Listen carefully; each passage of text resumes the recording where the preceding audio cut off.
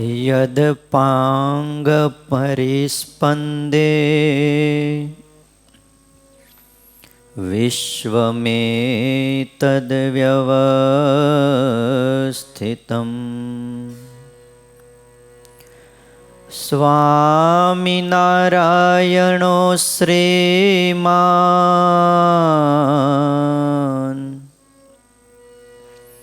સોયં વિજયતેતરામ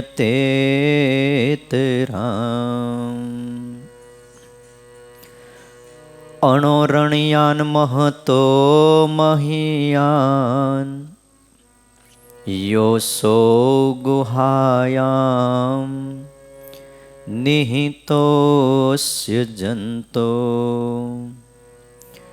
તમ સર્વગમ સર્વતો દુર્ગમ ચ મદામદમ દેવ મહં પ્રપદ્યે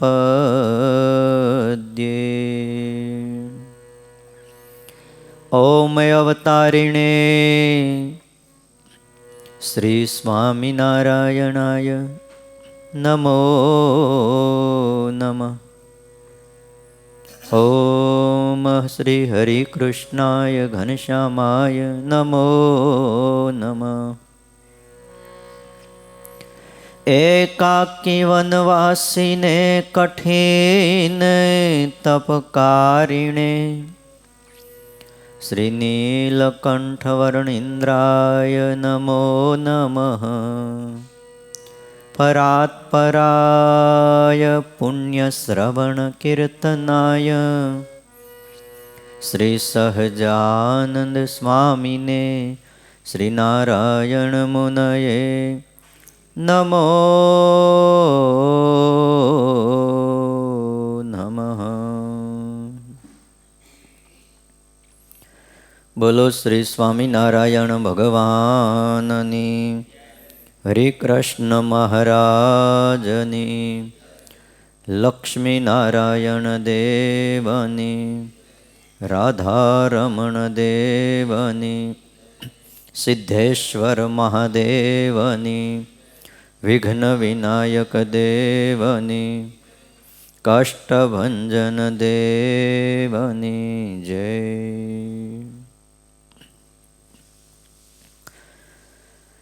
વાલા ભક્તજનો, સર્વાધાર ઇષ્ટદેવ ભગવાન શ્રી સ્વામિનારાયણ, વત્સલ્ય મૂર્તિ પૂજ્યપાદ ગુરુજી, આપ સૌ વહાલા ભક્તજનો, આજે તારીખ 1/1/2021 થઈ. સંમત 2077 માગસર વદ બીજનો દિવસ છે.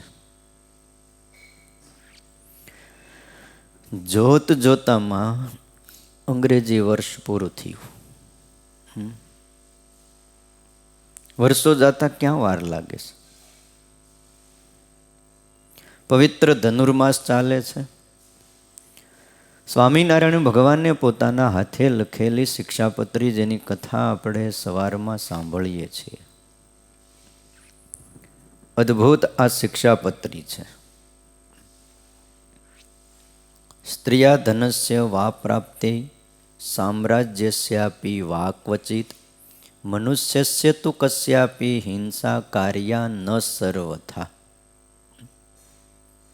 અમારા આશ્રિતોએ કોઈ પણ મનુષ્યની હિંસા ન કરવી, વધ ન કરવો.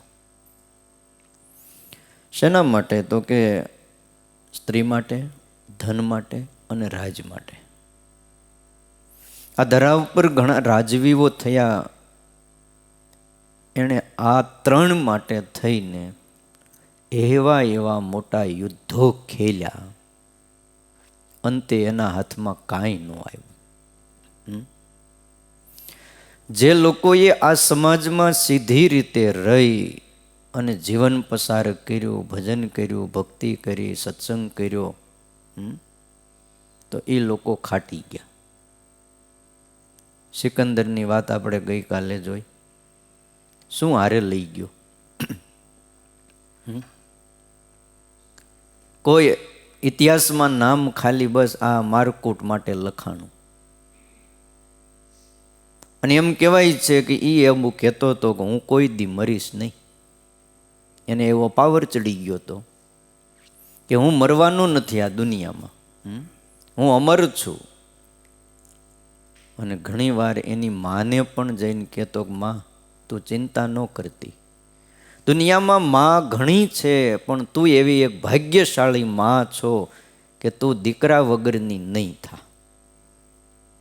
એની માં કે પણ બેટા બોલમાં મોઢા આડો હાથ રાખી દે, આવું બોલાય નહીં, આ દુનિયામાં જે જન્મે છે ને બેટા એને મરવાનું નિશ્ચિત છે. ત્યારે સિકંદર કે ના માં તું બહુ ભાગ્યશાળી છો, કાળ પણ મને કાંઈ ન કરી શકે. અને એમાં એમ કહેવાય છે માંદો પડ્યો, 33 વર્ષ રહ્યો, 33 થી 34 વર્ષ બીમાર પડ્યો. અને કોઈએ કીધું મહારાજ જમના દૂત લેવા આવે અંતકાળે. ગ્રીસ દેશનો હતો એ બાજુનો, પણ એની ભાષામાં કીધું કે છેલ્લે તો ધર્મરાજાના સેવકો પાર્ષદો આવે અને મહાભયંકર એની આકૃતિઓ હોય છે એવું લેવા આવે. મને દરવાજે ઊભા રાખો, 2 સૈનિકોને ભરી બંદૂકે, આવે એટલે ફૂંકી દેજો. અંદર આવે તો ને. કોઈએ કીધું મહારાજ એ તો રાતે પણ આવે. તે રાત પાળીના 2 રોક્યા બીજા. 2 દિવસે ઉભા રહ્યો ને 2 રાતે ઉભા રહ્યો. ખબરદાર જો અંદર આવે તો.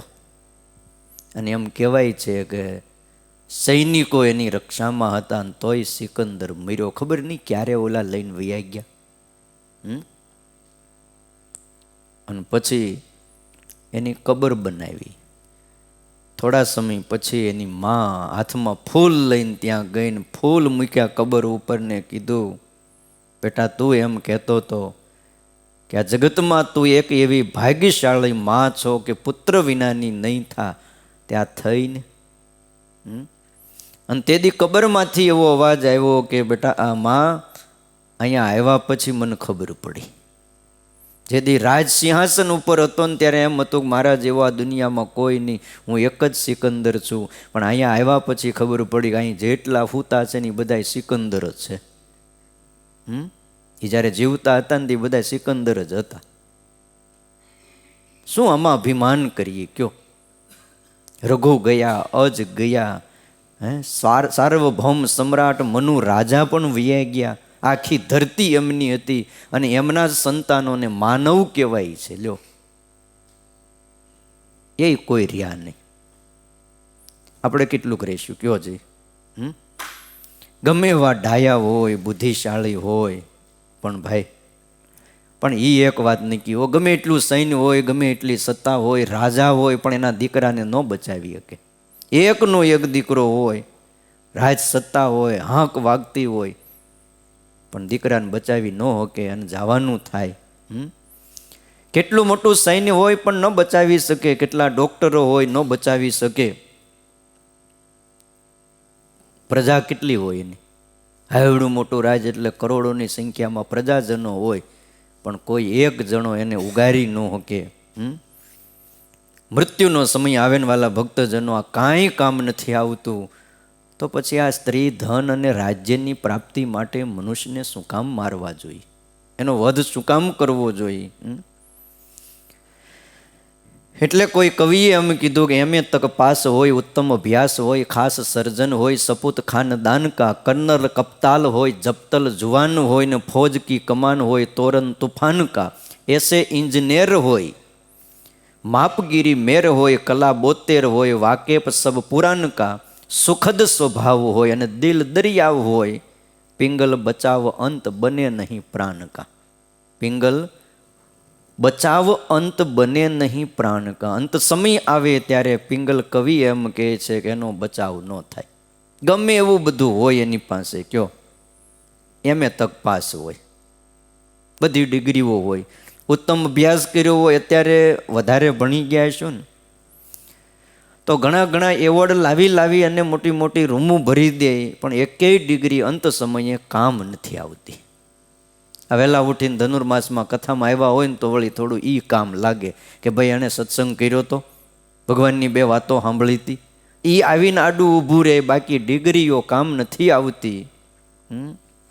ઓલા ઉપરવાળા લેવા આવે ને તેને સર્ટિફિકેટ બતાવાય, જોવો જઈ ડબલ ગ્રેજ્યુએટ થયેલો છું, ઇંગ્લિશ પાવરફુલ, 10 ભાષા જાણું છું, તમે કયો એમાં બોલું, આ સર્ટિફિકેટ તો જોવો, તમે લેવા આવ્યા છો. હાવ સાચું કયો, એ ઊભા રહે ખરા. ઓલા સંતો ઘણી રમૂજમાં એક વાત કરે, શિયાળ બહુ પાકું, જેના તેના ખેતરમાં શેરડીના હાઠા ઊભે ઊભા હૂકવી નાખીને ચૂહી જાય, એ મોઢું માંડે પછી રસ રહેવા દે નહીં, તે તાજું માજું થઈ ગયું શિયાળામાં. તે ઊંટને વિચાર આવ્યો, ઊંટે કીધું કે ભાઈ આ ક્યાં હમણાં જાઓ છો? તો કે આપણું ખેતર રાખ્યું છે ને, મોટું ફાર્મ રાખ્યું છે, ત્યાં ફરવા જાઓ, ખાઈને પીને મજા કરીએ. તમારું છે તો આપણું ભલે ન હોય, પણ આપણી પાસે એવું લાયસન્સ છે, ગમે એના ખેતરમાં, ગમે એના ફાર્મમાં, ગમે એ જગ્યાએ આપણે તો કોઈ રોકે નહીં, ઘણા પાસે એવા લાયસન્સ હોય છે. તો આપણી પાસે લાયસન્સ છે, તો કેમ? તો તમારા લાયસન્સમાં હું હાલું? તો કે હાલે ને, 2 જણા હાલે, હાલો. ઊંટને ઉપાડ્યું. હવે ઊંટ ગયું અને એને તો બધું આ લીલું લીલું બધું ભાળ્યું ખેતરમાં, કોઈ દી આમ આવું ખાધેલું નહીં. એ તો હેઠું મોઢું રાખીને માંડવું ખાવા. શિયાળ ખાતું જાય ને જોતું જાય, કોઈ આવતું નથી. અને એમાં એ ખેતરનો માલિક ખરેખરો આમ કહેવાય ને ખાર ખાઈ ગયો તો, કારણ કે રોજનું થયું કે આ કોણ અહીંયા આવી જાય છે. અને એમાં ઊંટને જોયું, પછી રહેવા દે. હા, એ મોટો જબરો એ લાકડું ધોકો લઈને આવ્યો. અને શિયાળને તો ખબર પડી ગઈ ઓલો આવે છે, એટલે એ તો છટકી ગયું, નાનું એવું સીંડું ત્યાંથી નીકળી ગયું. અને એક ટેકરો હતો ત્યાં જઈને ઊભું રહ્યું. અને ઓલા પાછળથી આવીને ઊંટને ફડો મારે, રાડ નાખે ઊંટ. બોકા બોલાઈ ગયું, એ શિયાળ ભાઈ લાયસન્સ બતાવો, એ શિયાળ ભાઈ લાયસન્સ બતાવો. તે શિયાળ ઉપર ટેકરા ઉપર ઊભું કે હું તો લાયસન્સ બતાવું છું, પણ ઓલો અભણ છે, વાંચતા નથી આવડતું, લાયસન્સ બતાવવું પણ કામ નથી આવતું. એમ તમે ગમે એટલી ડિગ્રી ભણ્યા હોય, ડિગ્રી ઉપર ડિગ્રી ચડી ગઈ હોય, MA તક પાસ હોય ને ઉત્તમ અભ્યાસ હોય, બધુંય હોય, પણ ઓલા ભણેલા નથી. જમના દૂત આવે ને લેવા, તમે ગમે એટલું લાયસન્સ બતાવો, એ હાલે એની પાસે, એના દેશનું લાયસન્સ જોઈ. ત્યાં તો ભજન ભક્તિ કથા વાર્તા કીર્તન આ બધું જોઈ ભાઈ, એ ન ઊભા રહે. જમના દૂત આવે પછી ભાઈ કઈ ઊભા રહેતા હશે? એ લેવા આવે ને એટલે જવું જ પડે. આ દુનિયામાં એવું છે, કન્યા પરણે એટલે પછી એને સાસરે જવું જ પડે. પછી એ પરિણ્યા પછી એમ કે ના હવે મારે નથી જવું તો હાલે. સગા વાલા પરણે ભાઈ હવે પરિણ્યા છો એટલે તમારે બેહી જ જાવ ગાડામાં. પેલા જૂના જમાનામાં ગાડા હતા, પછી હાલે નહીં. એમ અંતકાળનો સમય આવે એટલે એને જવું જ પડે. અને સદગુરુ મળે, કોઈ ભગવાનના એવા સંત મળે તો એને મોક્ષના માર્ગે હાલવું ન હોય પણ હાલવું જ પડે. પછી એટલું કામ થાય છે. જૂના સમયમાં એ જ્યારે કન્યાને વળાવે ને પછી કીર્તન ગાતા, હાલો આપણે દેશ. હવે તો એવા કોઈ ગાતા નથી ને એમાં કોરોનામાં હાવ બધું કોરું થઈ ગયું. હા 10-15 જણા આના 10-15 જણા સામેવાળાને પૂરું કરો, કામ જલ્દી પતે. કયો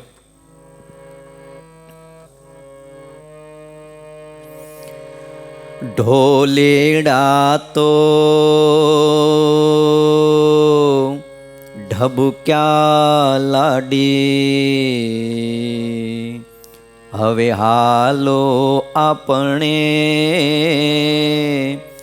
દેશ જો. અરે ઊભા રહો તો માગો મારા દાદા પાસે શીખજો.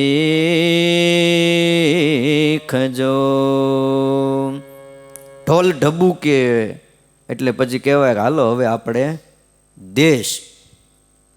અને તે દી ઓલી કન્યા એમ કે ઘડીક ઊભા રહ્યો, દાદા પાસે જાઓ ને 2 વાતો સાંભળી આવું, મારે ત્યાં કેમ રહેવાનું છે. સાસરે જાય છે શિખામણ લેવા માટે, ત્યારે બીજી જે કન્યાઓ હોય છે, દીકરીઓ હોય, એમ કે એની સખીઓ હું વાત કરી શકે. હવે તો આ વળાવાનું ટાણું છે, જવાનું ટાણું છે, અને હવે શીખ લેવાની. આ 20 વરો 22 વરો 25 વરો કેમ કાઢ્યા? તે હું કર્યું? તે દાદા પાસે કોઈ દી બેઠી જ નહીં, પછી ફોન લઈને બેસી ગઈ હતી. નકરો વોટ્સઅપ ને ફેસબુક ને ટ્વિટર ને બીજું ને બધું એમાં ટાઈમ કાઢ્યો. પાણીપુરી ખાવામાં, ભેળપુરી ખાવામાં, બજારે ફરવામાં, પિક્ચર જોવામાં, કયો હરવા ફરવામાં. હવે તે ઘડીક ઉભા રહ્યો, અમારા દાદા પાસે જઈ આવું કામ થાય. ત્યારે બીજી સખીઓ એમ કહે છે, હવે કેવી શિખરે લાડી, હાલો આપણે ઘેર રે. હાલો હવે આપણે ઘેર. હવે શીખ કેવી, હવે શિખામણ કેવી? એમ ઉપરવાળા જીદી આવે ને તે કે હાલો હવે આપણે ઘરે ચા પાણી પીવા આવો, એમ કે ને બિચારા. કોઈ બચે નહીં, ગમે એટલું હોય ને તોય ન બચે. વાલા ભક્તજનો, ડિગ્રી કામ ન આવે, છેલ્લે કાંઈ કામ ન આવે.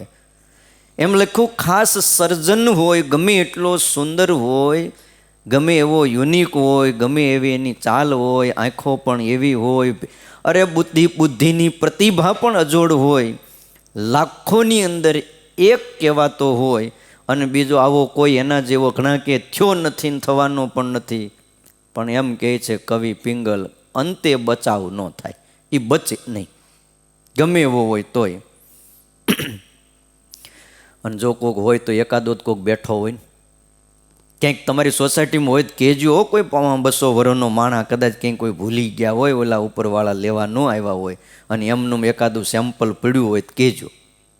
કોઈ બચે? કોઈ બચાવ ન થાય. એ ખાસ સર્જન હોય, સપૂત ખાનદાન કા, ગમે એવું ઊંચું કુળ હોય ને તો પણ ત્યાં કોઈ બચે નહીં. કર્નલ કપ્તાન હોય, જત્રલ જુવાન હોય, અરે જેના આંખના ઈશારે આખી ધરતી, આખું સૈન્ય જતું હોય. ખાલી એક ઈશારો કરે ને, મોટા મોટા જે સરહદ ઉપરના જે બધા કપ્તાન હોય ને, કર્નલ, મોટા સાહેબો, સેનાપતિના અધિકારીઓ મોટા, એની આંખ ફરે ને ત્યાં સૈનિકો ફરતા હોય. ખાલી આમ હાયલા જાય ને બૂટનો અવાજ આવે ને ત્યાં સૈનિક જાગી જાય, એટલા સચેત હોય છે. આવા હોય, અરે સીમાડા બદલી નાખતા હોય, ભારતના નકશાઓ બદલી નાખતા હોય, દુનિયાના નકશા બદલી નાખે, કે જ્યાં ભારતની બીજાની હદ હોય એ તોડી નાખે અને પોતાની હદ કરી દેતા હોય છે. પણ પ્રાણ ન બચે. અંત સમય આવે એટલે એને જવાનું તો થાય. ગમે એવો જુવાન હોય, લશ્કરનો વડો હોય, તમે વિચાર કરો એની સત્તા કેટલી હોય લશ્કરના વડાની. કોઈ કાંઈ ન કહી શકે એને. આ તો ઠીક છે, અમુક રાજકારણને લઈને દબાવવું પડે, બાકી કોઈની તાકાત નથી કે આવા મોટા જે વડાઓ ઊભા હોય ને દેશની અંદર કોઈ પ્રવેશ કરી શકે. આ તો ક્યાંક ક્યાંક બિચારાને દબાવવું પડે, ઉપરથી ઓર્ડર થાય, હામી ગોળીઓ છૂટતી હોય ને કાંઈ નથી કરી શકતા. બાકી ભારતના યુવાનોમાં એ જે તાકાત છે ને એ જુન્નસ છે એ બીજામાં નથી. બોલો, આઈને ગરવાનું દે. ખાલી એમ જ કે એ લોકો એમ કે અમને ખાલી 1 વાર 2 વાર છૂટ આપો, આમ સાફ કરી નાખી કે આખું. અને છે જબર તાકાત એવી ભારત પાસે, પણ આપણી નબળાઈ ને આપણી દયાળુતા બહુ. ભાઈ જવા દો ને બિચારા. હવે બિચારા નથી, અહીં ધનુર્માસની કથા નહીં સાંભળવા દે. હું તો કેટલાય ઉડી જાય, કેટલાયને ઉડાડી મૂકે, એની ખબર ન પડે. અરે રાતો રાતમાં ઉડાડી મૂકે, કોણ પૂછે એને? કયો નથી કર્યું એવું? રાતો રાતમાં સાફ કરી નાખ્યું, ખબર ન પડી ક્યાં ગયા, કોણે કર્યું, શું થયું. આવા બધા કર્નલ કપ્તાન હોય, જબર મોટા હોય. અરે જુવાન શરીર હોય, રાતી રાણ જેવું શરીર હોય, નખમાય રોગ ન હોય, કયો, અને વીજળીની હારોહાર પડે એવો હોય. પણ પિંગલ એમ કહે છે કે એનો બચાવ ન થાય. મરવાનું તો નક્કી. ફોજની કમાન હોય ને તોરન તુફાન હોય, ઘોડા જેવો તોફાની માણા હોય, જ્યાં જાય ત્યાં તુફાન સર્જી દેતો હોય, પણ અંતકાળે બચાવ ન થાય એસા ઇન્જિનિયર હોય એવા એન્જિનિયરો થયા છે. આપણને આશ્ચર્ય લાગે. અમે બેંગ્લોર ભણતા હતા. બેંગ્લોરની આગળ પહેલાં મેલકોટ, ત્યાં નજીકમાં મૈસૂર છે. આજે પણ બહુ મોટું મૈસૂર ગણાય. રાજાનો રાજમહેલ પણ આજે જોવાલાયક છે. લોકો ઘણા જાય છે. અજાયબી છે એના મહેલની. એ વખતનો અંગ્રેજો પહેલાંનો.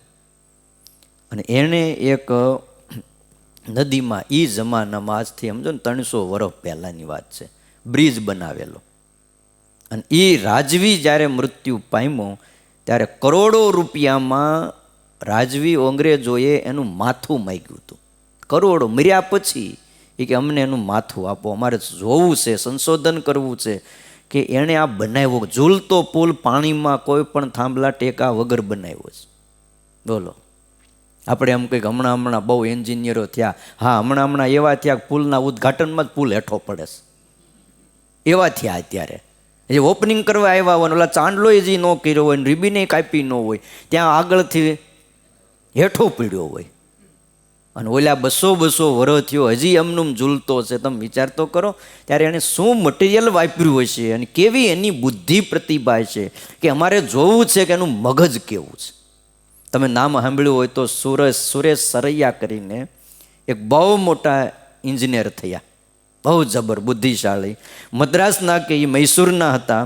અને એવો ઇન્જિનિયર એમ કહેવાય છે કે હજી સુધી આ ધરતીમાં કોઈ થયો નથી. પછી ભવિષ્યમાં થાય તો વાત જુદી છે. એ સુરેશ સરૈયા અંગ્રેજ જમાનામાં રેલવેમાં બેઠા હતા. ટ્રેન ચાલી જતી હતી, ગાડી વેગથી એના પાટા ઉપર જાય છે. એમણે એક ગાર્ડની પાસે આવીને કીધું કે ભાઈ ગાડી રોકો. એ આગળ ગયો, ગાડી રોકી દો. કેમ? અને સામું જોયું તો માથા ઉપર પાઘડી, દેશી પોશાક. અને એ જમાનામાં તો આપણા દેશમાં એ જ હતું. કોઈનું માથું ઉઘાડું નહોતું, પાઘડી દરેકના માથા ઉપર હતી. હમણાં પાઘડી રાખવી છે પણ મકાન માલિકને આપી છે એટલે હવે રખાતી નથી. એટલે માથા ઉઘાડા કરી નાખ્યા. પણ એ માથા ઉપર પાઘડીને દેશી પોશાકને સાદો ડ્રેસને આમ ઊભેલો વ્યક્તિ, હાવ સીધો સાદો પણ જબર મોટો ઇન્જિનિયર. આગળ ખતરો છે, ગાડી ઊભી રાખો. પણ શું ખતરો છે? તો કે હું કહું છું આગળ ખતરો છે, ગાડી ઊભી રાખી દો, નહીતર બધાય મરશો. જેટલા ટ્રેનમાં બેઠા ને બધા મરવાના. ઓલાએ 2-3 વાર કીધું. એટલે એના જે ચલાવનારા ને બીજા જે અંગ્રેજો હતા એને એમ થયું આ કોઈ આતંકી માણા લાગે છે કે ટ્રેન ઊભી રખાવીને લૂંટવાની વાત કરતા લાગે છે. પણ તપાસ તો કરવી જરૂરી છે એમ વિચારીને ગાડી ઊભી રાખી. કદાચ આ આતંકી હોય તોય ઊભી રાખવી પડે. તપાસ કરાવી, ગાડી ઊભી રહી ગઈ. 2 જ કિલોમીટરો આમ તમારા રામવાટિકા સુધી ત્યાં તપાસ કરી. ત્યાં ખબર પડી કોઈ રેલવેની પ્લેટો કાઢી નાખેલી, પાટા નીકળી ગયા હતા આગળથી.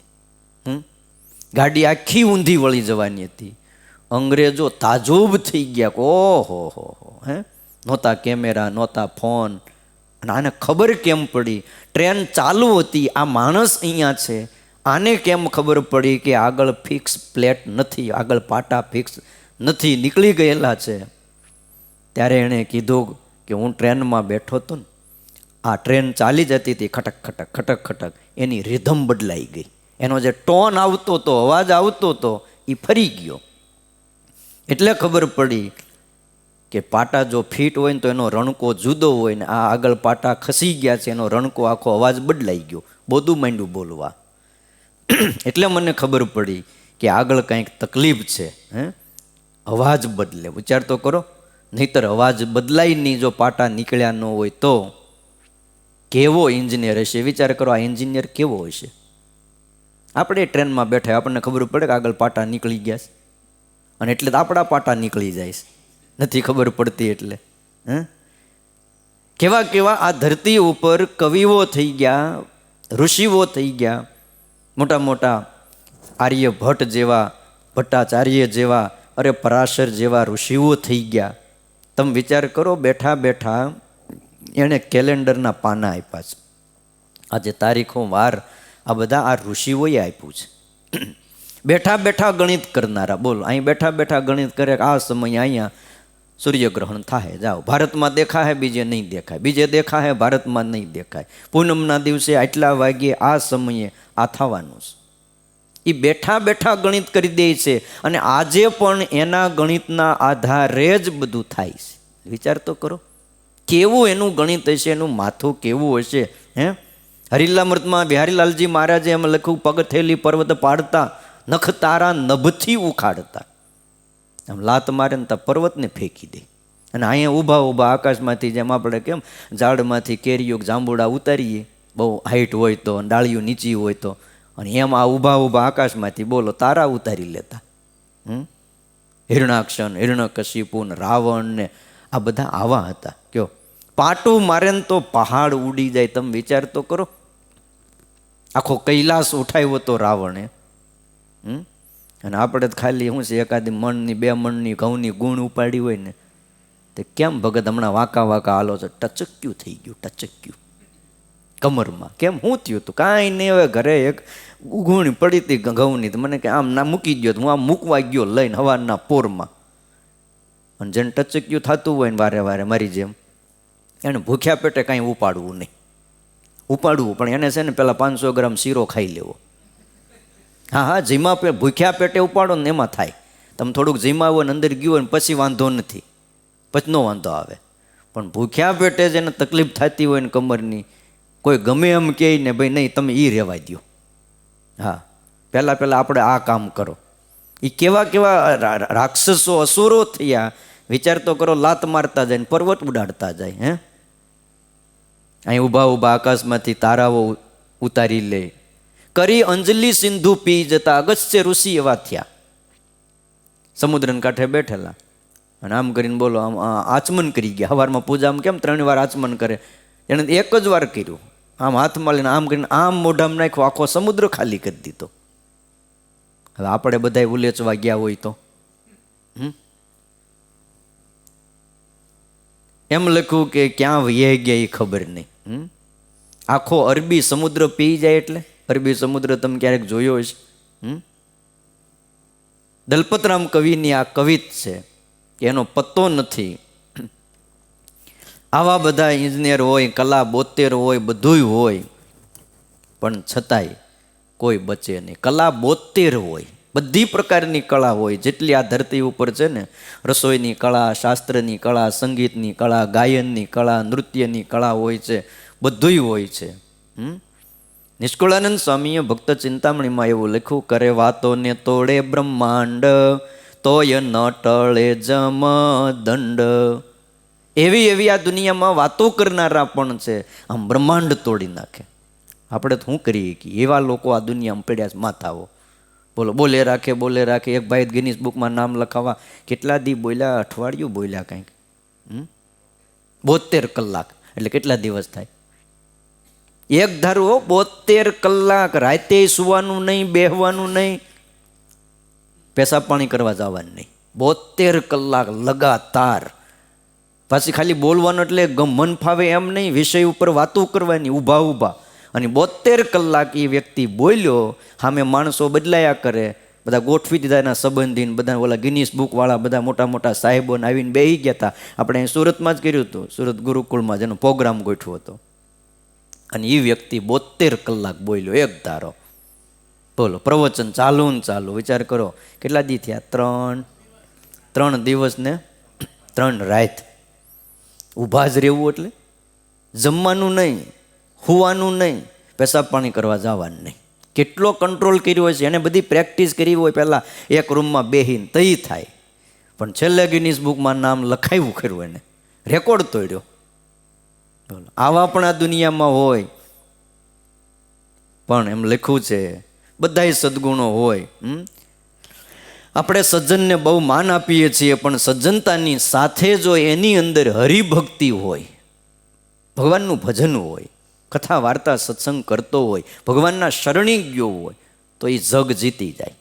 સજ્જનતા એકલી જ કામ નથી આવતી, એની હારે હરિભજન જોઈશે, ભક્તિ જોહે, ભગવાનની શરણાગતિ જોહે. કારણ કે સજ્જનતા પણ ડૂબી જાય છે. ખ્યાલ આવ્યો? ગમે એટલી સજ્જનતા હોય ને એ ડૂબી જાય. હા, સારા કર્મનું ફળ એને સ્વર્ગ મળે, પણ મૃત્યુ વેળાએ તો મૃત્યુ તરવું એના માટે કઠણ છે. આ લોકમાં સજ્જનતા રાખી, સારા કામ કર્યા એટલે એને ભગવાન સ્વર્ગ આપશે. સારો સ્વભાવ હોય છે, તમે એની પાસે બેહો ને તો સહેજે તમને ગમે, આવો સ્વભાવ હોય. પણ અંતે બચાવ ન થાય. અને દરિયા જેવું દિલ હોય. આ દુનિયામાં ઘણી કહેતા ભાઈ ભાઈ એનું દિલ તો દરિયા જેવું છે. એવા પણ માણસો હતા કે પોતાના ઘર ખોરડા વેચીને પણ લોકો આપી દેતા. એવા દરિયાવ દિલ હોય છે, આવો દાતાર હોય છે, સુખદ સ્વભાવ હોય છે. પણ પ્રાણ બચે નહીં, છતાંય મોત આવે ને ત્યારે રક્ષણ થતું નથી. આ બધું જ કામ નથી આવતું. શું કામ આવે છે? બસ ભગવાન કામ આવે છે. કથા વાર્તા સત્સંગ કર્યો હોય તો કામ આવે છે, બાકી કાંઈ કામ નથી આવતું. વાલા ભક્તજનો, એટલે શાસ્ત્રમાં લખ્યું, સ્ત્રી, ધન અને રાજ્યની પ્રાપ્તિ માટે અમારા આશ્રિતોએ કોઈ મનુષ્યનો વધ ન કરવો. ભાઈ ભાઈના આવા અનેક પ્રશ્નો થાય છે, જેમાં ધન મિલકત માટે લોકો ઝઘડે છે, બધું જ ગુમાવે છે. તમે એમ ન માનતા કે આ લોકો ઝઘડે એટલે બેયને મળી જાય, બધું ગુમાવે છે. હા, કમાય છે ખરા. કોણ? વકીલો કમાય છે, જજ કમાય છે, સરકારી માણસો કમાય છે વચ્ચે. અને એવો ન્યાય કરે, એવો ન્યાય કરે. તમે વાત જવા દો. તમે કથાઓ સાંભળી છે ને? ઓલાને રોટલી મળી બિલાડીને, પછી ન્યાય કરવા કોણ આવ્યા? ન્યાયાધીશ ભાઈન્દ્રો આવ્યો. એ કે લાવો બાધોમાં ઝઘડોમાં રોટલી લાવો, હું હમણાં તમને ભાગ પાડી દઉં. આમ 2 ભાગ કર્યા, અડધી આમાં અડધી આમાં, પણ એક થોડોક મોટો ભાગ રાખ્યો એટલે એ નમતું ગયું તાજવું. એટલે એમાં થોડોક ટુકડો કાઢીને મોઢામાં નાખ્યો. હરખું જ કરવું કે નહીં? 2 ઝઘડતા હતા એટલે તો એમાં થોડોક ટુકડો વધારે કાઢી લીધો તો ઓલું ત્રાજવું હેઠું આવ્યું. ઉપર હતું એ બધું આવ્યું હેઠું. તો એમાંથી વળી ટુકડો લઈને મોઢામાં નાખ્યો. એમ કરતાં કરતાં છેલ્લે હાવ એક ટુકડો વધ્યો. પછી કહેવાય એટલામાં તમારે હું ભાગ પાડવું? એમ કરીને એ મોઢામાં નાખ્યો. જાવું કે તે હજી બિલાડી આટા મારે છે. લ્યો આ ભાગ પાડ્યો. શ્રીજી મહારાજ એમ કહે છે કે સુખિયા રહેવું હોય એણે સમાધાનકારી વલણ કેળવવું. બસ સમાધાન કરો. આપણને કદાચ ન મળે તો કાંઈ નહીં, હાલો કદાચ, પણ સામેવાળાને જ મળશે. હાવ બીજા જ લઈ જાય એના કરતાં આપણા ભાઈઓ જ ખરા. શું કહેવું તમારું? પણ ટાણે આ પાછું રહેતું નથી. શિશાબત્રીની કથા સવારમાં જ રહે. અહીંથી બહાર નીકળીએ અને જેવો શીરાનો પ્રસાદ લઈએ, આજે અમારા અશોકભાઈનો પ્રસાદ છે કયો, એ પ્રસાદ લઈને જેવા હાલતા થયા એટલે પછી કાંઈ રહેતું નથી. શ્રીજી મહારાજે એટલે કીધું છે. આટલું કંઈ બીજાનો વધ ન કરવો. એ વાત પૂર્ણ કર્યા પછી શ્રીજી મહારાજ એમ કહે છે પોતાનો પણ વધ ન, એટલે પોતાના આત્માનો પણ ઘાત ન કરવો. એ વાત પણ લખે છે. આત્મઘાતસ્તુ તીર્થેપી ન કર્તવ્યશ્ચ ન ક્રુધા અયોગ્યાચરણાત ક્વાપી ન વિશોદ બંધનાદિના આત્મઘાતસ્તુ તીર્થેપી ન કર્તવ્યશ્ચ ન ક્રુધા. શ્રીજી મહારાજ એમ કહે છે કે અમારા આશ્રિતોએ આત્મઘાત ન કરવો. એના કારણ બતાવ્યા. આત્મઘાત થાય છે એનું શિક્ષાપત્રીમાં 2 કારણ બતાવ્યા છે, પણ અનંત કારણ છે. પણ 2માંથી સમજી લેવાનું. એક ક્રુધા અને બીજું અયોગ્યાચાર આચરણાર્થ. અને આત્મઘાતના પ્રકાર પણ 2 બતાવ્યા છે.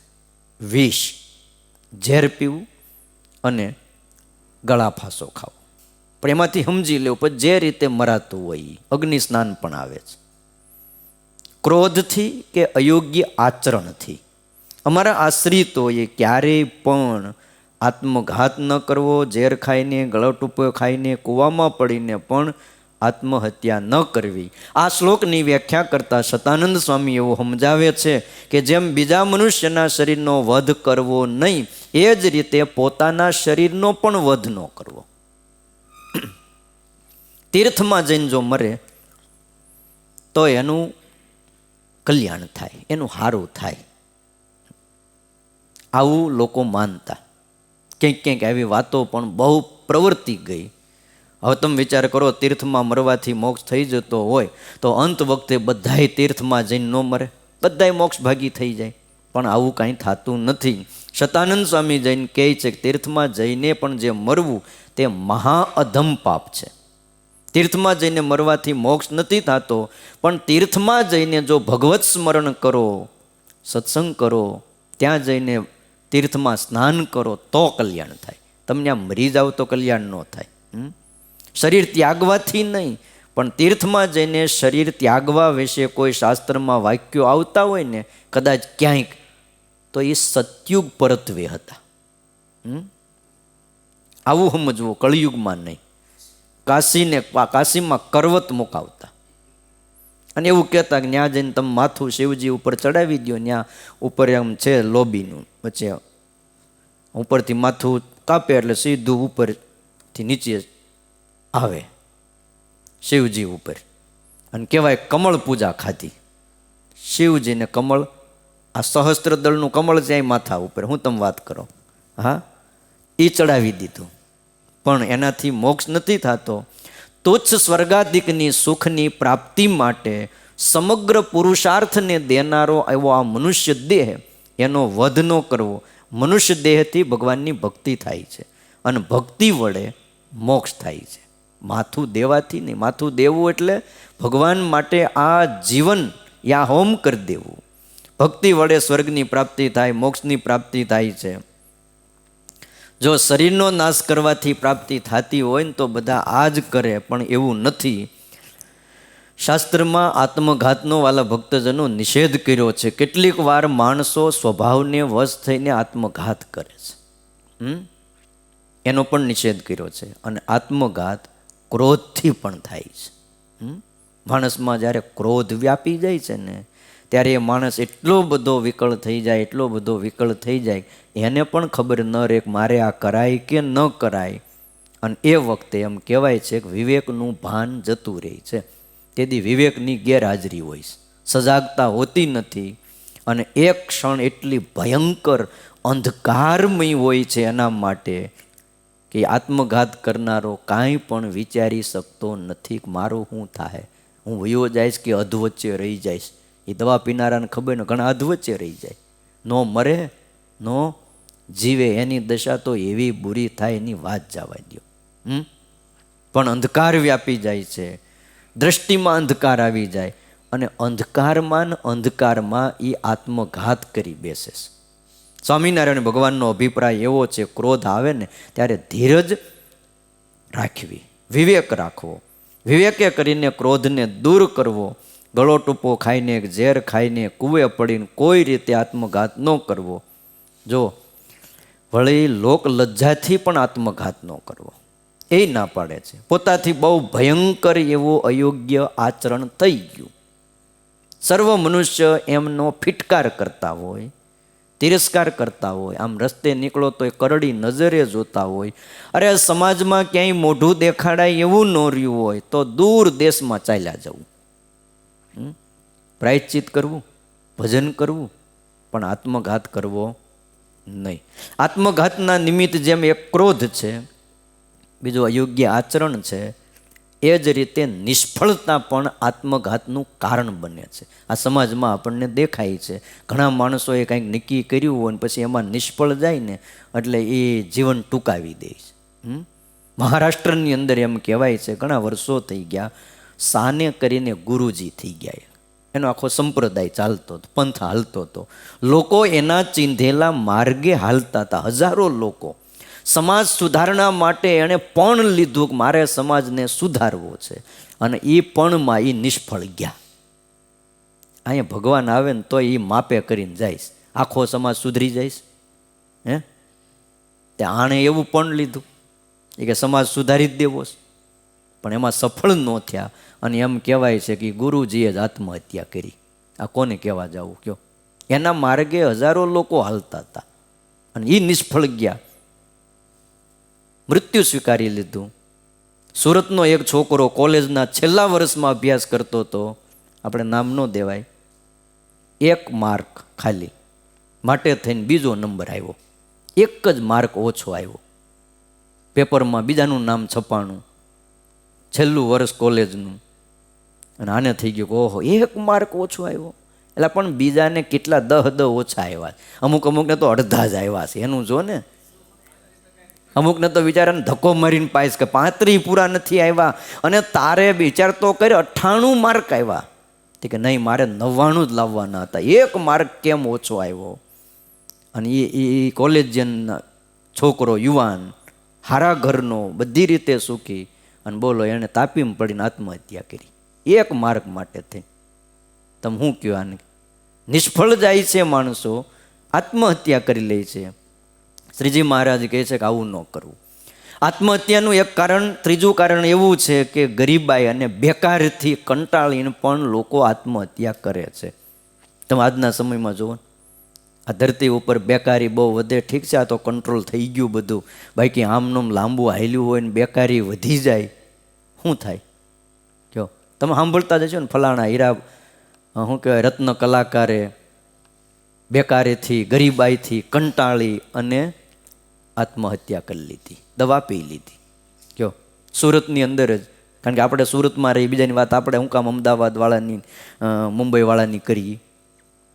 પતિ, પત્ની, પુત્ર, પુત્રી, 4 જણા. હા, આ બધા નામ તમે સાંભળ્યા જ છે, પણ આપણે લેવાય નહીં. અત્યારે આર્થિક મોટો પ્રશ્ન આવ્યો, બેકારીના કારણે એવા કંટાળી ગયા, અને ઘરની અંદર જ સમૂહ આત્મહત્યા કરી. બોલો, તમે વિચાર કરો, ઘરના વડીલે જ પહેલાં બધાને મારી નાખ્યા, અને પછી પોતે પણ સુસાઇડ કરી લીધું, મરી ગયો. જે રીતે મર્યા હોય એને બધું પાછું ફાવતું હોય, આપણને તો આય ન આવડે. બેકારીથી કે ગરીબાઈથી કંટાળીને પણ આત્મહત્યા ન કરવી. ચોથું એક કારણ એવું છે, કુટુંબ કલેશથી પણ માણસો આત્મહત્યા કરતા હોય છે. જાળીલા ગામ છે સૌરાષ્ટ્રમાં, નામ સાંભળ્યું છે? એનો એક છોકરો અહીં સુરતમાં જ રહેતો, ઘર હાલતું હતું, સારું મકાન હતું. તે એની મા દેશમાં રહે, ઘરે અહીં મળવા આવ્યા કે છોકરો મારો ન્યા છે. ઘણી વાર બોલાવતા, બા તમે આવો ને. તે ગામડેથી સુરત આવ્યા, એના મા થોડાક દી રોકાણ, આમ તો મહેમાન કહેવાય ને. હવે ઓલા ગામડેથી આવ્યા, આ અહીંયા સુરતમાં રહેતા હોય, ત્યાં કરકસરથી જીવતા હોય, અહીંયા જ બધું છૂટછાટથી, અહીંયા બધું એ પ્રમાણે હોય ને, શહેર પ્રમાણે રહેવાનું હોય. અને ઓલાને એમ થાય કે ઓહો છોકરી કેટલો બગાડ કરે. તે એમાં ભાઈ રસોડામાં સાસુ વહુને મન દુઃખ થયું, કંઈક બોલાચાલી થઈ, મહેમાન ઘરે છે, અને બોલો વહુએ બીજી રૂમમાં જઈને આત્મહત્યા કરી. તમે શું કહો આને? કુટુંબ ક્લેશથી કંટાળીને પણ આત્મહત્યા થાય છે. અરે માનહાનિ થાય ને તોય આ જગતમાં ઘણા આત્મહત્યા કરતા હોય છે. એન્ટોલ ફસલ કરીને હોલિવૂડનો પ્રખ્યાત ફિલ્મ ડાયરેક્ટર હતો. વર્ષે એમ કહેવાય છે $12 લાખ આવક હતી. ખાલી આપણા 12 લાખ રૂપિયા નહીં, $12 લાખ આવક હતી. અને એને મનમાં એમ થયું મારી કોઈ કદર કરતું નથી, અને એ માણાએ આત્મહત્યા કરી. લો, એટલા દઈને ગયો હોત તો ક્યાંક ઘણા ભેગા કર્યા હતા. મહારોગથી કંટાળીને માણસો આત્મહત્યા કરે. બહુ માંદા રહે, બહુ રોગ, લાંબો સમય હાલ્યો જાય, અને પછી કોઈ હામું ન જોવે પરિવારના, લાંબો સમય પછી આવું થાય. એટલે માણા રોગથી કંટાળીને પણ આત્મહત્યા કરે છે. અયોગ્ય આચરણના પશ્ચાતાપથી પણ, એટલે લખ્યું અયોગ્ય આચરણાત પાપી. કંઈ એવું આચરણ થઈ ગયું ભૂલથી, તોય માણસો આત્મહત્યા કરે છે. અરે માન માટે પણ કરે, માન હાનિ થાય ને આત્મહત્યા કરે એમ નહીં, માન મળતું હોય ને તોય આત્મહત્યા કરે છે. સ્વામીની વાતોમાં આવે છે કે એક ભાઈએ તેલનો ડગલો પહેરીને ઊભો બળી ગયો. બધા બેઠેલા જુવાનની વાતો કરતા હતા, એમ કંઈ ત્યાં હળગી થોડું જવાય, તે કે હું ન થાય, લાવો હું હળગી જાઉં. ભાઈ ન થાય, રહેવા દે ને. તો ના ના, તે બોલો એ તેલ ને કેરોસીન મગાવીને પોતાના ઉપર છાંટ્યું. એ કે હમણાં હળગી જાવ. ભાઈ ન હળગાય, ઓલા પર ચડાવ્યા કરે. એ કે ભાગી જાય, પગે હાકળ બાંધ્યો. કે ભાગીને ક્યાં જતો હતો? કે તે બોલો પગે હાકળ બાંધી, જાતે કેરોસીન છાંટ્યું અને દિહાળી મૂકી. હે, હળગી ગયો ઊભો ઊભો. આ જૂના સંતોએ વાતોમાં લખ્યું. કયો થાય આવું? સમાજ સુધારણા માટે પણ આ સમાજમાં ઘણા એવા હોય છે કે પોતે ધાર્યું હોય કે આપણે આવું સુધારો કરી દેવો છે, ન થાય ને તો એ આત્મવિલોપન કરે. ઘણા ગાંધીનગર જતા એ કે આત્મવિલોપન કરીને જ આવવું છે. અને ઓયલા બધા એવા બધા ધીરજવાળા હોય કે ભલન કરતા એ હલે નહીં એની ખુરશી ઉપરથી. બોલો, માટે બહુ ત્યાં આત્મવિલોપન કરવા ગાંધીનગર જવું નહીં. એ કાંઈ હલે એમ નથી એક કોઈ, એને બધી ખબર હોય છે કે આવું જ બધું હાલ્યા જ કરતું હોય. કેટલા કેટલા નીકળ્યા બધા, ક્યાંય ગોત્યા જડતા નથી. બીજો જન્મ સારો મળે એની પ્રાપ્તિ માટે પણ લોકો આત્મઘાત કરતા હોય છે. આવું શાસ્ત્રમાં ક્યાંક ક્યાંક લખ્યું કે ભાઈ તમે તીર્થમાં જઈને કે કાશીએ જઈને કરવત મુકાવો તમને સ્વર્ગ મળે. હવે આ જીવનમાં કંઈ સુખ મળ્યું ન હોય જીવતા મર્યા સુધીમાં, તો બીજા જન્મે ક્યાંથી મળે? કંઈક સારું કર્યું હોય તો મળે. શાસ્ત્રમાં લખ્યું એટલે ઉપનિષદમાં, આસુર્યા નામ તે લોકા અંધેન તમસાવૃતા તાંસ્તે પ્રત્યાભિગચ્છન્તિ એકે ચાત્મહનો જનાહ. આત્મઘાત કરનારો મનુષ્ય ઘોર નરકને પામે. કેવું? અંધેન તમસાવૃતા, ગાઢ અંધકાર હોય એનાથી આવૃત હોય, કાંઈ તમને દેખાય નહીં. એવો જે લોક છે, એવું જે નરક છે જમપુરી, એમાં એક કુંડનું નામ છે, એની અંદર એને નાખે, ત્યાં તમને કાંઈ દેખાય નહીં. તાંસ તે પ્રેત્યાભિગચ્છન્તિ, મર્યા પછી ત્યાં જાય છે. કોણ? તો આત્મહનો જનાહ, પોતાના આત્માની ઘાત કરનારો જન. એમાં પહેલાં તો છે ને 1000 વર્ષ ભૂતનો દેહ આવે. કેટલા? 1000 વર્ષ તો સીધો ભૂત જ થાય, ઓલા આવે જ નહીં 1000 વર્ષ તો. અને પછી ત્યાં જમપુરીમાં લઈ જઈને આવા જે અંધકારમય લોક છે એમાં એને નાખી દે છે. માટે આપણા શાસ્ત્રો કહે છે, વાલા ભક્તજનો, આત્મઘાત કરવો નહીં. આ શિક્ષાપત્રીમાં ભાષ્યમાં આચાર્ય રઘુવીરજી મહારાજે એવું કહ્યું, યદ બહુતર સુકૃત પરિપાક લબ્ધસ્યોપાય વિશેષ અનુષ્ઠાન સાધનભૂતસ્ય ફલ્ગુતર સુખાભિકાંક્ષયો ઉચ્છેદનમ. અનેક જન્મના પુણ્યનો જ્યારે પરિપાક થાય, જ્યારે પુણ્ય ભેગા થાય ત્યારે મનુષ્ય જન્મ મળે. અને મનુષ્ય જન્મ મળ્યો એ મોક્ષની પ્રાપ્તિના સાધનરૂપ બન્યો. આ દેહનો ત્યાગ કરવો તુચ્છ સુખ માટે એ વિવેકહીનતા છે, વિવેક નથી એમાં. સંરક્ષમાણે હિ માનુષે વપુષી ભવેન નામ કદાચિત યાદૃચ્છિક સુકૃતાદિના સુપ્રસન્નસ્ય પરમ પુરુષસ્ય અનુગ્રહેણ મુમુક્ષા. આ મનુષ્ય દેહનું રક્ષણ કરો. ભાષ્યકાર એમ કહે છે, કદાચિત અનાયાસે કોઈ પૂર્વના પુણ્ય પ્રગટે અને પરમ પુરુષ પરમાત્માનો એના ઉપર અનુગ્રહ થાય, કૃપા થાય, અને એના લીધે એના હૃદયમાં જો મુક્તિ મેળવવાની ઈચ્છા જાગે, ભક્તિ જાગે, તો એ મુક્તિનો ઉપાય કરવા લાગે છે.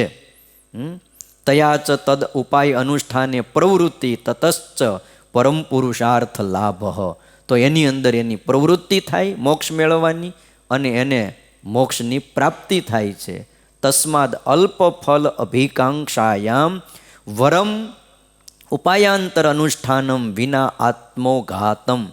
એટલે કહે છે કે અલ્પ અને તુચ્છ ફળની ઈચ્છાથી આત્મઘાત ન કરવો, મોક્ષના માટે બીજું કોઈ પણ સાધન કરવું ને એ ઉત્તમ છે.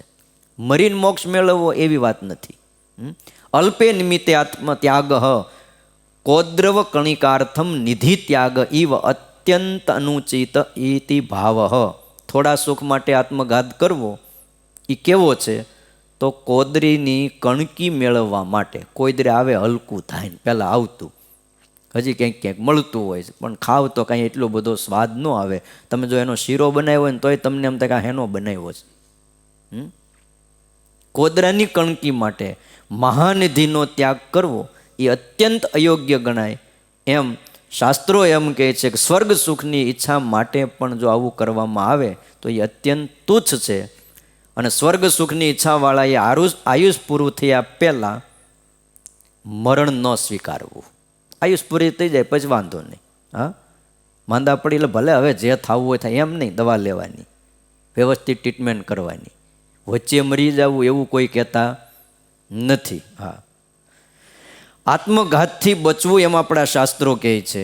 દેહોયમ માનુષો રાજન પુરુષસ્ય અખિલ આર્થ દહ અતસ્તસ્ય વધો વીર સર્વાર્થ વધવ ઉચ્યતે.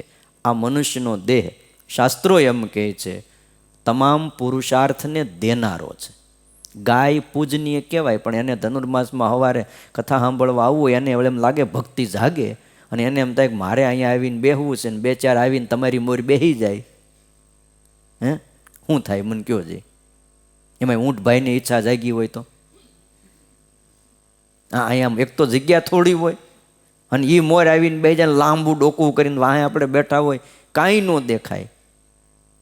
33 કરોડ દેવતાનો વાસ ભલે રહ્યો, બધાય દેવતાઓ એના અંગમાં છે, બધુંય પવિત્ર છે, પણ એ ગાયના દેહથી એને કલ્યાણ થતું નથી. એ મોક્ષ ન કરી શકે.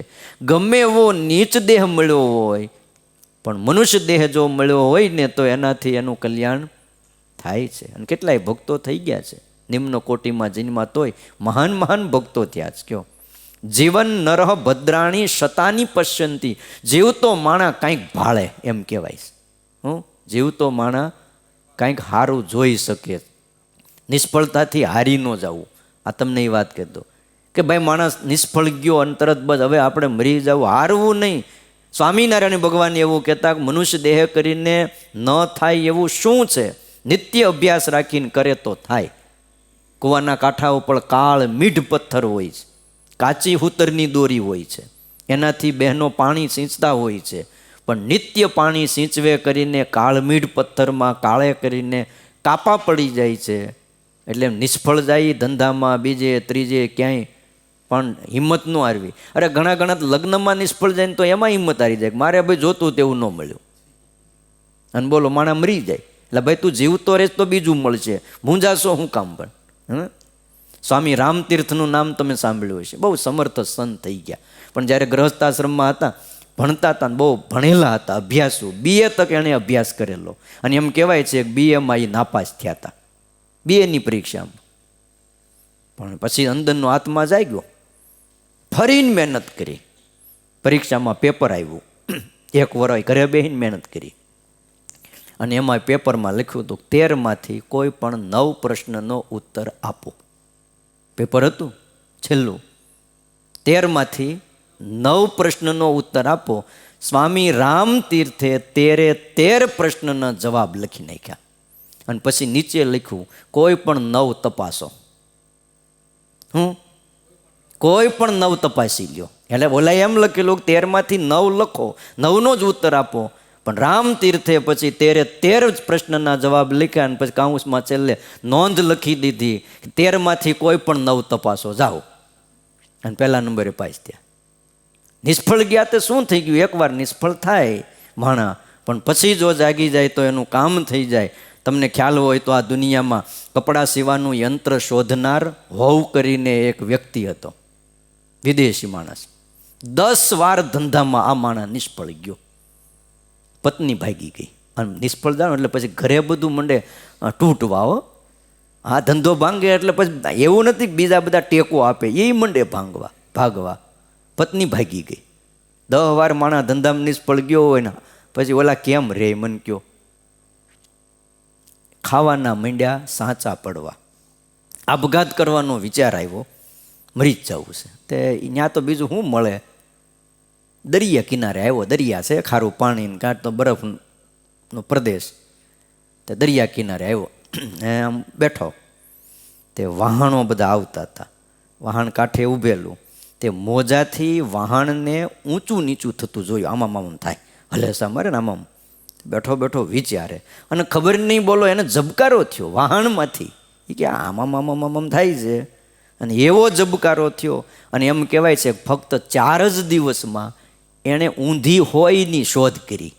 હોય ને ઊંધી આપણે કેમ હંચામ રાખો, નીચેથી ઉપરથી હોયની શોધ કરી, અને સીવણ યંત્ર સૌ પ્રથમ એણે બનાવ્યું. આજ બધા લેર કરે છે ઘરે બેઠા બેઠા. એમાંય જો આ ચાઇનાના આવ્યા એટલે ભાઈ હર કરતું હાલ્યું જાય. પણ મૂળ આ ટેકનિક દેનાર કોણ હતો? એ હોવ નામનો વ્યક્તિ હતો, જે મરવા ગયો તો, મરી જવું હતું, પણ ખબર નહીં પેલા મોજા આમામ થાય કે આમામ કાંક કર્યું હોય તો કે.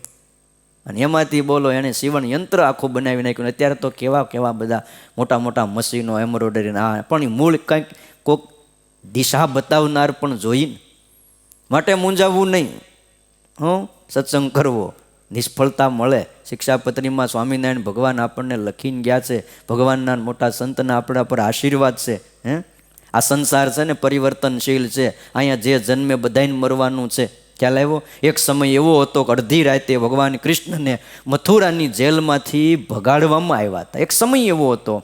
અને એક સમયે એ જ ભગવાન કૃષ્ણથી બોલો કંસ ડરતો હતો. હતું કે નહીં? તમે જોવો ને ભાગવતમાં.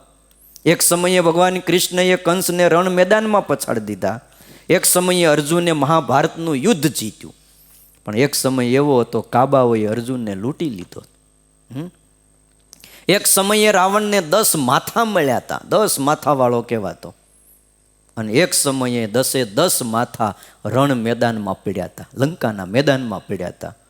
અહીં મનુષ્યની વાત શું કરવી? દિવસમાં 3 વાર સૂર્યની ગતિ પણ બદલે છે. સવારનો સૂરજ કંઈ જુદો હોય છે, મધ્યાહનનો સૂરજ કંઈ જુદો હોય છે, અને સંધ્યાનો સૂરજ પણ કંઈક જુદો હોય છે. એક દિવસમાં સૂર્યને 3 રૂપ લેવા પડે છે. આ દુનિયામાં કોઈ એવો જન્મો નથી કે ઉત્તરોત્તર એની પ્રગતિ થતી જ ગઈ હોય.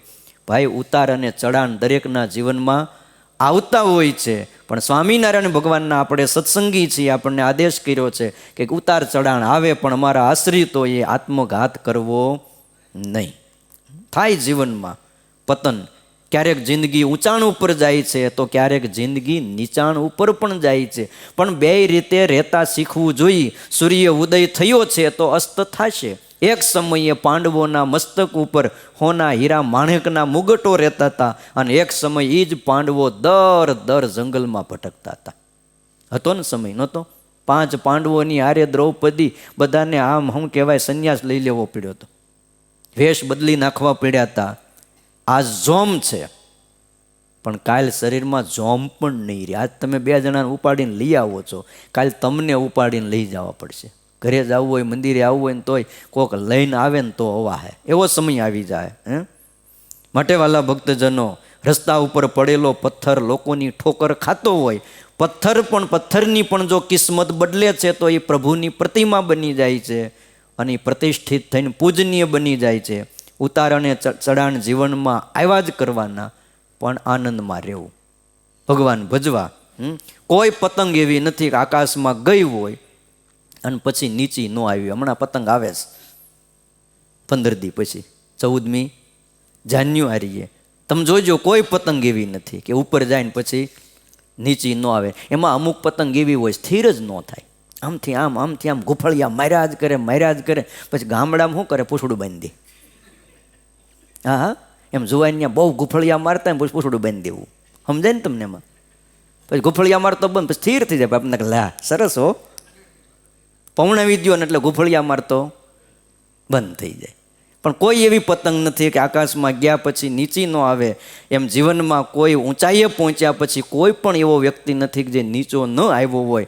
અરે દરરોજ સફળતા મળે એ જરૂરી નથી. એ સફળતાની પાછળ અનેક અસફળતા હોય છે, અને અસફળતાની પાછળ સફળતા પણ હોય જ છે. કાયમ તો છે ને બાજરાનો રોટલો ને શાક ને રોટલી શાક દાળ ભાત જ હારા લાગે. રોજ લાડવાન જલેબીન હાટાન મેસૂબ હારા લાગે નહીં. આ કાયમ આ જ સારું લાગે. માપમાં બધું હોય ને એ સારું લાગે. માટે વાલા ભક્તજનો, આ બધી વાતોને આપણે જીવનમાં ઉતારીએ. થોડી વાતો બાકી છે, પણ કાલે આપણે થોડીક તમે વહેલા આવી જાઓ ને તો ત્યારે સાંભળશું. આજનો પ્રસાદ છે અશોકભાઈ ભરોળિયા, એમનો જન્મદિવસ છે. એ નિમિત્તે આજનો પ્રસાદ છે. ભગવાનના ચરણોમાં પ્રાર્થના કરીએ એમની સુખાકારી સારી રહે, પરિવારમાં પણ બધા સર્વ રીતે સુખી રહે, એવા રૂડા આશીર્વાદ પણ અહીંયાથી ગુરુજી આપશે. બોલો હરિકૃષ્ણ મહારાજની જય, સહજાનંદ સ્વામી મહારાજની જય.